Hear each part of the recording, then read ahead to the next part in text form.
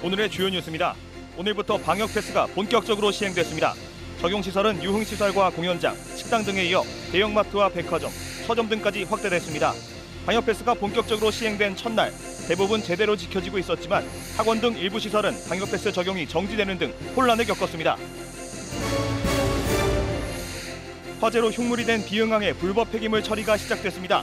이곳에 들어설 수산물 유통센터 운영을 맡은 업체가 오는 3월까지 폐기물 처리를 하고 유통센터 건립에 들어갈 계획입니다. 국립익상박물관 어린이박물관이 개관했습니다. 미륵사지 석탑 석인상을 모델로 하는 캐릭터 도솔이와 함께 미륵사지를 탐험한다는 콘셉트로 다양한 전시와 체험이 준비되어 있습니다.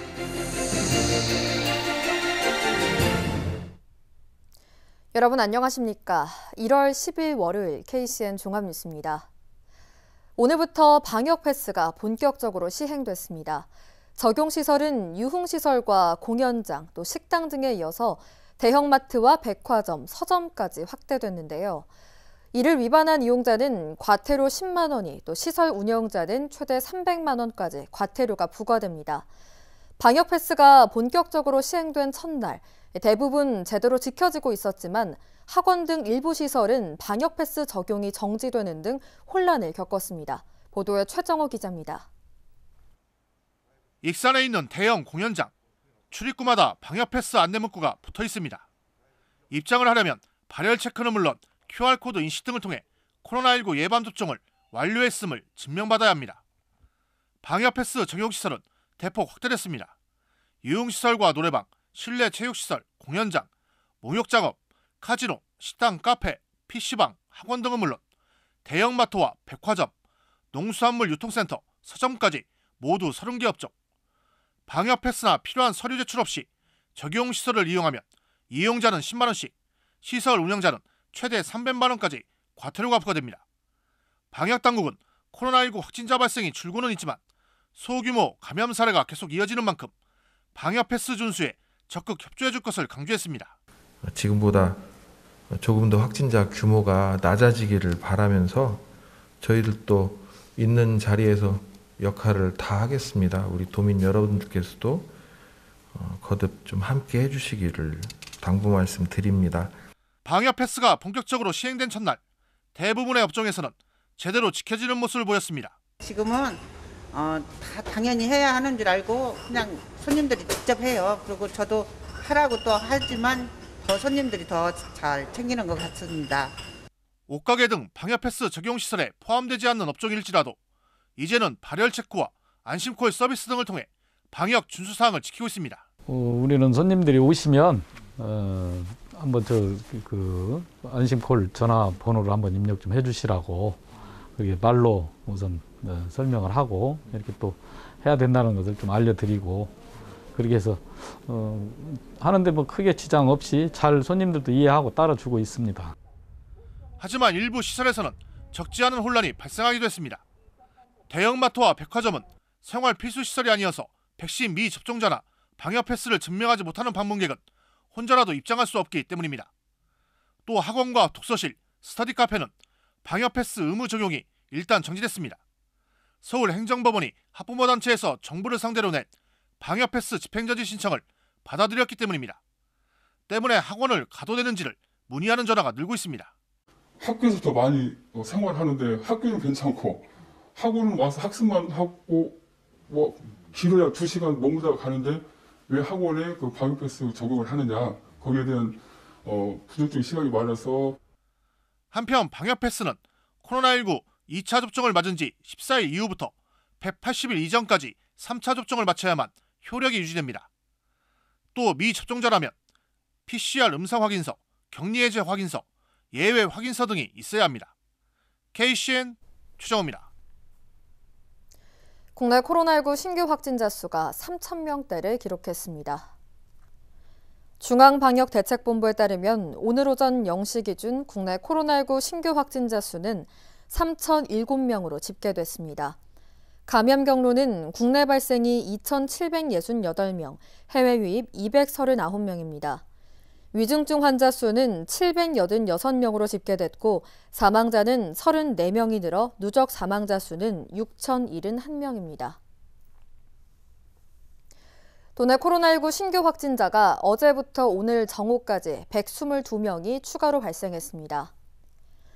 지역별로는 전주 37명, 군산 20명, 김제 19명, 익산 15명 등입니다. 전라북도는 역학조사 결과 도내 확진자 접촉으로 인한 감염이 줄을 이뤘고 전주에서는 수도권 확진자 접촉으로 인한 사례가 발생했다고 밝혔습니다. 도내 누적 확진자는 1,427명으로 늘었고 감염 재생산 지수는 8일 기준 0.86을 기록했습니다. 군산 시민 10명 중 4명은 3차 접종까지 마친 걸로 나타났습니다. 시에 따르면 오늘 오전 8시 기준 12만 531명이 접종해 전체 인구 대비 45.65%의 접종률을 기록했습니다. 이 같은 3차 접종률은 전국 평균 40.9%에 비해 약 4.8%포인트 높은 수치입니다. 특히 60대 이상 시민 중 약 85%가 부스터샷을 맞은 걸로 집계됐습니다. 올해 들어 처음으로 초미세먼지 비상저감 조치가 시행됐습니다. 전라북도는 오늘 오전 6시부터 밤 9시까지 초미세먼지 비상저감 조치를 시행한다고 밝혔습니다. 초미세먼지 비상저감 조치는 전날 오후 4시 기준 초미세먼지 평균 농도가 세제곱미터당 50마이크로그램을 초과하고 다음 날에도 기준치 초과가 예보될 때 발령됩니다. 이에 따라 배출가스 5등급 자동차는 운행이 제한됐으며 대기오염 물질 배출 사업장 29곳과 공공사업장 37곳은 조업시간 변경과 가동률 조정 등이 이뤄졌습니다. 화재로 흉물이 된 비흥항의 불법 폐기물이 사라질 전망입니다. 이곳에 들어설 수산물 유통센터 운영을 맡은 업체가 센터 건립을 위해 폐기물 처리에 나섰기 때문인데요. 업체는 오는 3월 말까지 센터 부지에 있는 3,500여 톤의 폐기물을 처리할 방침입니다. 윤현석 기자의 보도입니다. 지난 2020년 6월 화재가 발생한 비흥항 입구의 한 공장. 공장 안에 가득 채운 불법 폐기물 때문에 일주일 동안 진화 작업이 이뤄졌을 정도로 큰 불이 났었습니다. 화재 후 약 2년이 지난 지금까지 불에 탄 폐기물 3,500여 톤이 그대로 방치되고 있는 상황. 비흥항의 경관과 새롭게 떠오르는 관광 명소인 마파지길의 이미지를 해치는 폐기물이 처리됩니다. 지난해 7월 군산시가 해수부의 산지 거점 유통센터 공모에 선정돼 이곳에 수산물 유통센터가 들어서기 때문입니다. 수산물 유통센터를 운영하게 될 어업회사법인 해지는 유통센터 건립을 위해 오는 3월 말까지 방치된 폐기물을 처리하기로 했습니다. 많이 나갈 때는 저번에 하루에 9대도 나갔으니까 9대면 거진 200톤 정도 나갔었고요. 지금은 3차에서 5차 정도 계속 나가고 있어요. 3월 달까지는 최대한 한번 치워보려고 하고 있으니까 아무 문제 없이 치장하게끔 해야죠. 폐기물이 처리되면 유통센터 건립이 본격화됩니다.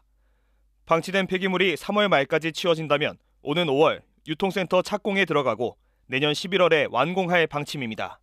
유통센터는 산지에서 매입한 수산물을 모아 가공해 대형 소비처에 공급하게 됩니다. 유통센터가 건립되면 지역 어업인들의 소득이 높아지고 새 일자리가 만들어질 전망입니다. 해삼 지금 만드는 것은 다 중국으로 전량 다 수출을 가는 것이고 그 해삼으로 나머지 그 내장 가지고 지금 만들어 보려고 지금 계속 계획 중입니다. 수산물 산지 거점 유통센터 건립이 흉물이 된 폐기물 처리뿐만 아니라 지역 경제 활성화에도 역할을 할 것으로 기대됩니다. KCN 윤현석입니다. 지난해 군산공항 이용객이 큰 폭으로 증가한 걸로 나타났습니다.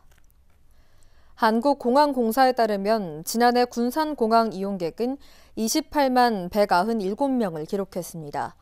이는 1년 전과 비교해 무려 155%가 늘어난 것으로 전국 공항 가운데 이용객 증가폭이 두 번째로 컸습니다. 군산공항은 이용객뿐만 아니라 화물 수송량도 1년 전보다 159.4%가 늘어난 1,429톤으로 집계됐습니다. 전북형 청년수당 신청이 오는 21일까지 이뤄집니다. 전라북도에 따르면 도내 14개 시군에 걸쳐 전북형 청년수당 신청을 받아 1년간 월 30만 원씩을 지원합니다. 이는 청년의 지역 정착을 돕기 위한 것으로 전주 1,100명, 익산 400여 명 등 모두 2,500명이 지원을 받을 수 있습니다. 도내 1년 이상 살고 있고 또 중소기업 등에서 1년 이상 일을 하고 있어야 신청이 가능합니다. 익산시가 목천동 일대 자활 공동작업장을 건립합니다.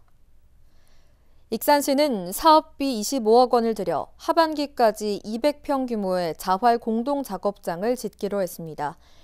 자활 공동작업장을 통해 쌈, 채소 등 유기농산물이 생산됩니다. 익산 지역 자활센터와 원광 지역 자활센터에 소속된 80여 명에게 일자리가 제공됩니다. 오는 3월 9일 대선이 치러지는 가운데 이재명 민주당 대선 후보가 전북에서 역대 민주당 출신 대통령보다 가장 많은 득표를 할 수 있을지 주목됩니다. 이원택 의원은 오늘 도의회에서 기자간담회를 갖고 역대 대선을 보면 전북에서 김대중 전 대통령이 103만 표를, 노무현 전 대통령은 97만 표를, 또 문재인 대통령은 77만 표를 얻었다고 밝혔습니다. 이어 사견임을 전제로 이재명 대선 후보는 전북에서 최대 110만 표를 목표로 득표 활동을 펼치겠다고 덧붙였습니다. 정의당 전북도당은 오늘 시민사회단체와 협의해 대표성 있는 인물을 전북도지사 후보로 세우겠다고 밝혔습니다. 오형수 정의당 전북도당 위원장은 이날 전북도의회에서 연 기자간담회에서 전북 발전이 더딘 이유는 더불어민주당에 대한 견제가 작용하지 않기 때문이라며 도지사 후보로 전북 발전에 도움이 될 인물을 찾고 있다면서 이같이 말했습니다. 정의당은 6월 지방선거에서 전주와 군산, 익산, 완주, 남원 등에서 단체장 후보를 낸다는 계획입니다. 민주당 안호영 국회의원이 공무원과 교원에 대한 타임오프제 도입을 촉구했습니다. 안 의원은 한국노총 전북본부와 함께 오늘 도의회에서 기자회견을 갖고 노조법에 따라 타임오프제가 민간기업과 공무직, 공공기관에 적용되고 있음에도 공무원과 교원 노동자에게만 적용하지 않고 있다고 지적했습니다. 이로 인해 공무원과 교원 노조 간부들은 휴직 상태로 노조 활동을 하면서 공무원 연금과 승진 등 여러 측면에서 불이익을 당하고 있다고 덧붙였습니다. 한편 타임오프제는 노동조합 활동만 담당하는 노동자에 대해 임금 지급을 원칙적으로 금지하되 노사 교섭과 산업안전관리, 고충 처리 등 노무관리적 업무에 한해서는 근무 시간으로 인정하는 것을 말합니다. 코로나19 상황 속에서도 사랑의 온도탑이 100도를 달성했습니다. 전북 사회복지 공동모금회에 따르면 오늘 오후 3시 기준 사랑의 온도탑 수은주는 105.1도를 기록했습니다. 지금까지 모금액은 77억 2,600만 원으로 목표액인 73억 5천만 원을 넘어섰습니다. 지난달 1일부터 모금이 시작된 이후 41일 만입니다. 한편 모금 캠페인은 이달 말까지 진행됩니다. 오늘 국립익산박물관의 어린이 박물관이 개관했습니다. 미륵사지 석탑 석인상을 모델로 하는 캐릭터 도소리와 함께 미륵사지를 탐험한다는 의미를 담은 다양한 전시와 체험이 준비돼 있습니다. 이영택 기자가 보도합니다.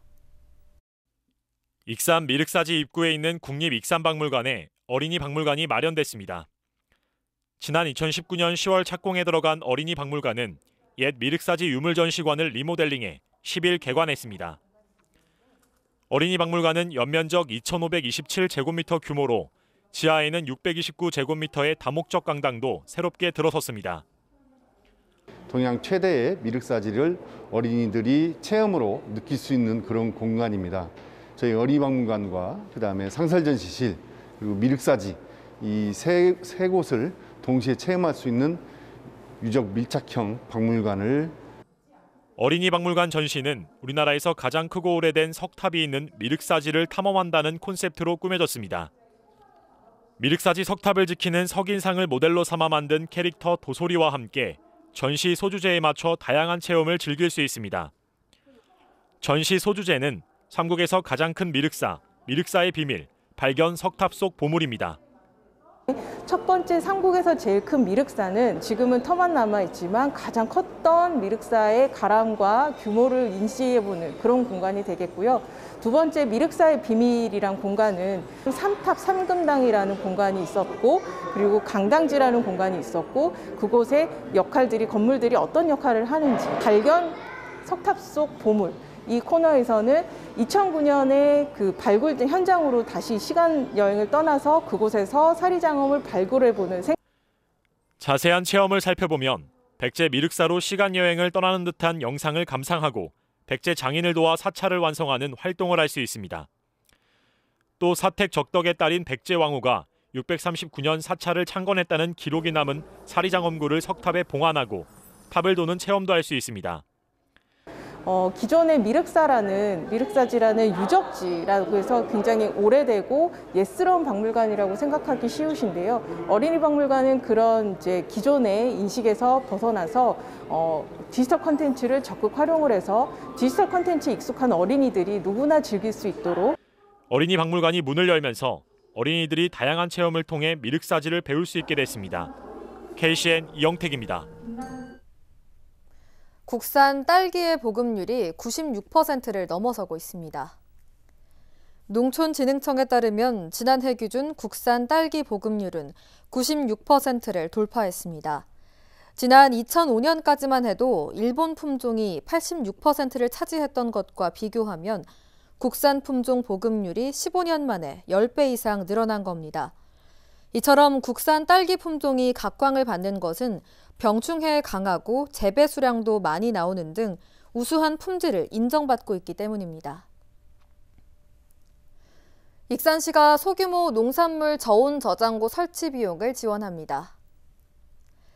이에 따라 농가 50곳을 선정해 한 곳당 10제곱미터 규모의 저온 저장고 설치 비용 300만 원을 지원합니다. 지원 대상은 익산에 주소를 둔 양곡을 제외한 1000제곱미터 이상 반농업 경작 농업인이며 주소지 행정복지센터에 2월 4일까지 신청하면 됩니다.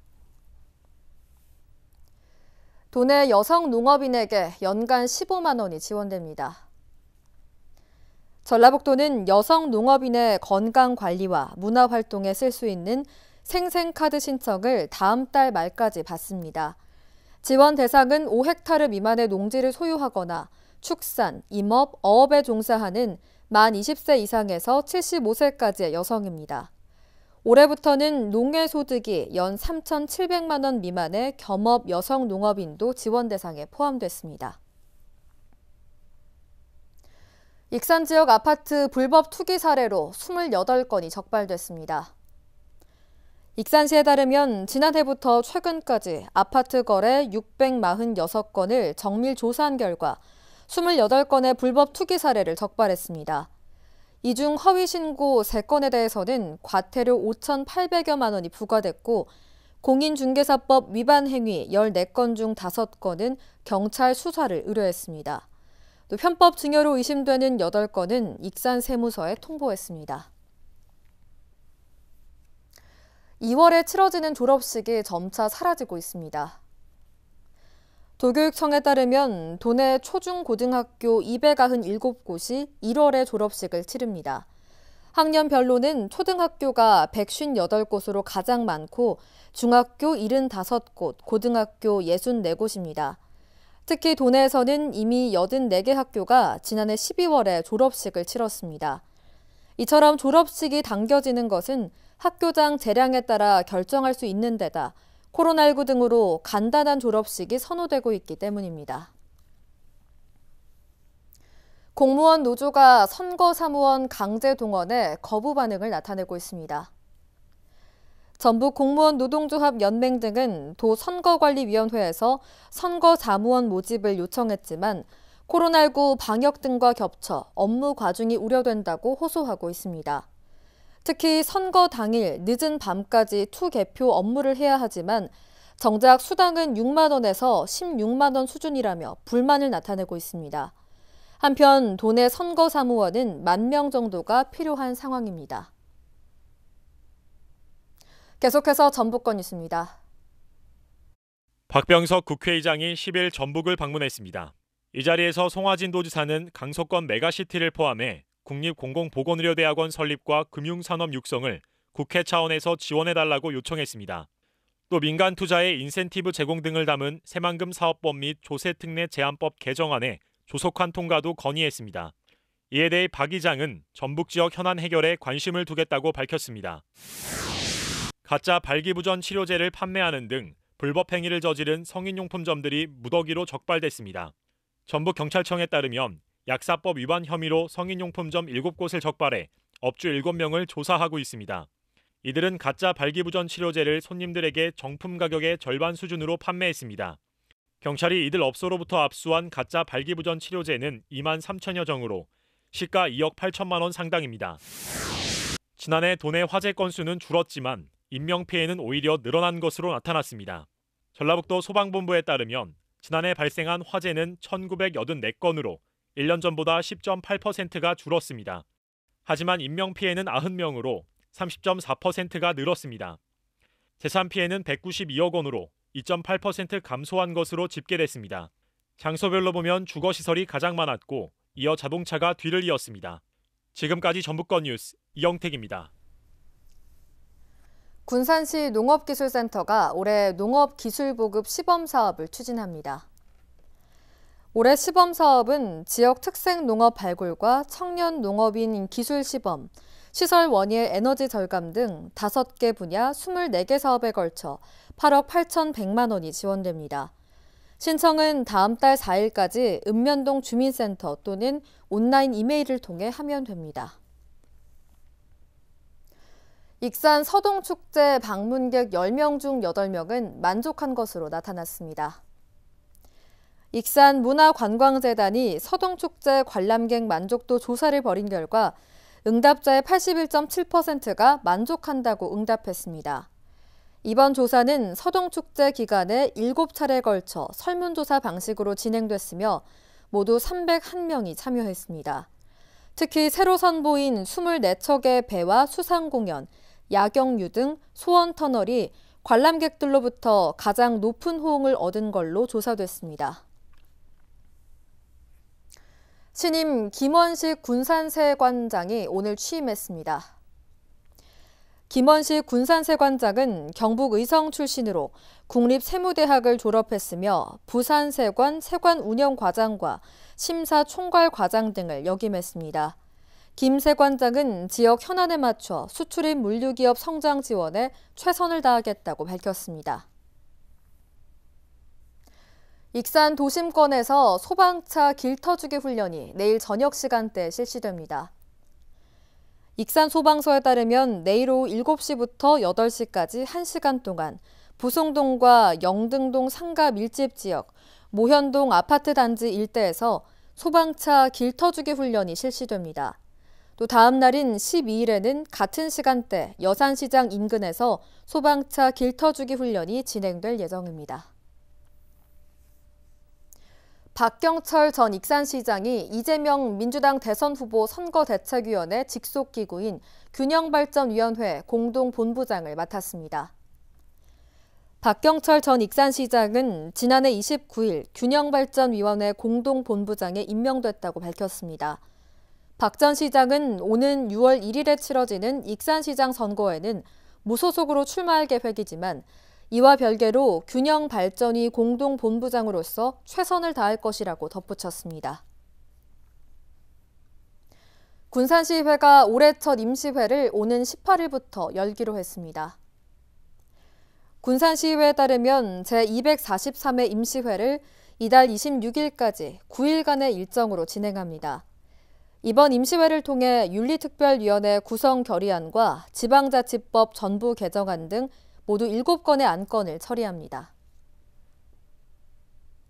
이어서 우리 동네 소식입니다.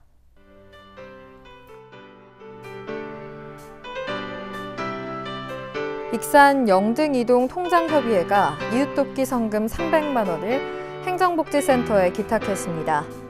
이날 기탁된 성금은 관내 복지 사각지대 가정을 위해 사용될 예정입니다.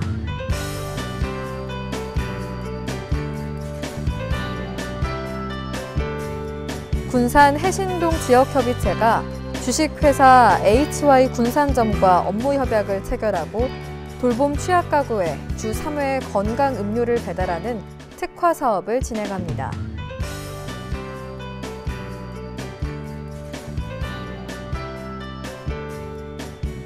군산 흥남동 지역협의체가 야쿠르트 업체와 협약을 맺고 관내 홀몸 어르신들을 대상으로 주 2회 건강 음료를 직접 배달하며 안부를 묻는 특화 사업을 진행합니다. 다음은 내일의 날씨입니다.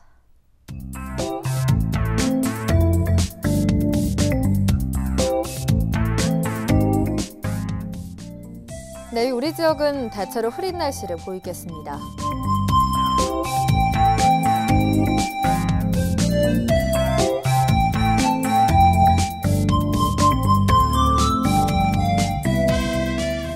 내일 도내 최저기온은 영하 8도, 최고기온은 영하 1도로 예상됩니다.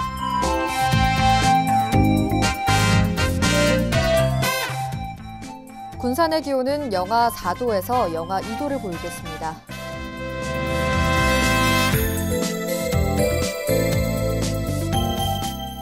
익산은 영하 4도에서 영하 1도의 기온 분포를 보이겠습니다. 바다의 물결은 서해남부 모든 바다에서 1.5m에서 4m로 매우 높게 일겠습니다. 날씨였습니다.